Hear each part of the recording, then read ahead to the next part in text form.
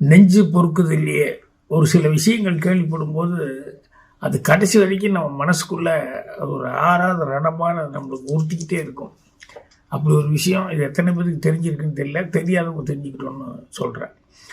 அந்த மேட்டுப்பாளையத்துலேருந்து ஒரு 10-15 கிலோமீட்டரில் பத்திரகாளியம்மன் கோயில்னு ஒரு ஃபேமஸான கோயிலுக்கு, அதுக்கு பக்கத்தில் நெல்லித்துறை, இதெல்லாம் நாங்கள் ஷூட்டிங் எடுக்க போகிற ஸ்பாட்டு. அங்கே அம்பரம்பாளையம் ஆறுன்னு சொல்லிட்டு ஒரு நீலகிரி மேலேருந்து வரக்கூடிய ஒரு ஆறு ஓடிக்கிட்டு இருக்கு. இந்த ஆத்தோரத்தில் இந்த கோயிலுக்கு வர்றவங்களோ, இந்த மாதிரி ஷூட்டிங் வர்றவங்க, இல்லைன்னா இந்த பிக்னிக்கு பசங்க சனி ஞாயிறு வர்றவங்க, இவங்கெல்லாம் அங்கே போய் அந்த ஆற்றுல இறங்கி நீச்சல் அடிக்கிறதுங்கிறது வழக்கம்.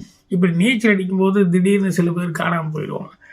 என்னென்னா சுழலில் சிக்கி எங்கேயோ தண்ணி உள்ளே இழுத்துட்டு போயிடுச்சு அப்படின்ட்டு அங்கே கரையோரம் பூரா தேடுறது, அங்கே இங்கே நல்லா தேடி பார்க்கும்போது அப்புறம் சில பேர் சொல்லுவாங்க, அங்கே உள்ள சுழல் இருக்கும், அந்த சுழல் உள்ளே இழுத்து எங்கேயாவது போய் பாறைக்கடியில் அங்கே இங்கெல்லாம் உள்ள எங்கே மாட்டிக்கிறதுக்கு சான்ஸ் இருக்குது அப்படிங்கிற மாதிரி சொல்லி அப்போ அங்கே அந்த பக்கத்தில் கிராமத்தில் இந்த தண்ணிக்குள்ளே ரொம்ப நேரம் முங்கி இருந்து இந்த மாதிரி ஏதாவது ஆச்சுன்னா எடுத்துகிட்டு வர்றதுக்கு ஒரு ஆள் இருக்கா அப்படிங்கிற மாதிரிலாம் சொன்னாங்கன்னு சொல்லி அப்புறம் அந்த ஆளை போய் கேட்டால், இல்லைங்க அது மூச்சு அடக்கி 5 நிமிஷம்லாம் உள்ளே இருக்கும்போது எனக்கே சுழல் நான் மாட்டினா என்ன ஆகிறது அப்படின்னா கெஞ்சி கூத்தாடி 1000 ரூபான்னு சொல்லி அப்புறம் முடியாது அதனால் அப்படின்னு சொல்லி அப்புறம் 1000 வருது, 2000, 2500 ஆள் வசதியை பொறுத்து எப்படியா கொஞ்சம் பாடி எடுக்கிறதுக்கு பாருப்பா தேடி எடுத்துக்கொடு அப்படின்னு சொல்லி அதுக்கப்புறம் இவன் போய் ஒரு இடம் தேடுவான், அப்புறம் இன்னொரு இடம் தேடுவான், அப்புறம் 3வது எங்கேயோ ஒரு இடத்துல முங்கி ஒரு 2-3 நிமிஷம் 4 நிமிஷம் 5 நிமிஷம் கழிச்சு வெளியே வருவான்.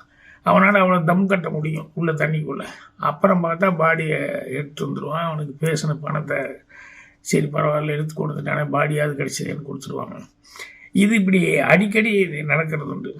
அதுக்கப்புறம் தான் பின்னால் ஒரு நாள் தெரிஞ்சது என்னன்னா, இவனுக்கு நல்லா முங்குற பழக்கம் இருக்கிறதுனால, தண்ணிக்குள்ளே முங்கி மூச்செடுக்கிற பழக்கம் இருக்கிறதுனால அங்கே குளிக்கிறவங்கள பார்த்துக்கிட்டே இருந்து யாராவது 2 பேர் 3 பேர் அப்படி விளையாண்டுக்கிட்டு அப்படி குளிச்சுட்டு இருக்கும்போது ஒருத்தர் 2 பேர் அப்படி தூரமாக அப்படி குளிச்சுட்டு இருந்தாங்க போது இவன் தண்ணி கடியில் முங்கி டப்புன்னு காலை பிடிச்சி இழுத்து அப்படியே கொண்டு போய் அவங்கள அப்படியே பாறையில் விட்டு போய் சொருகி விட்டுருவான்.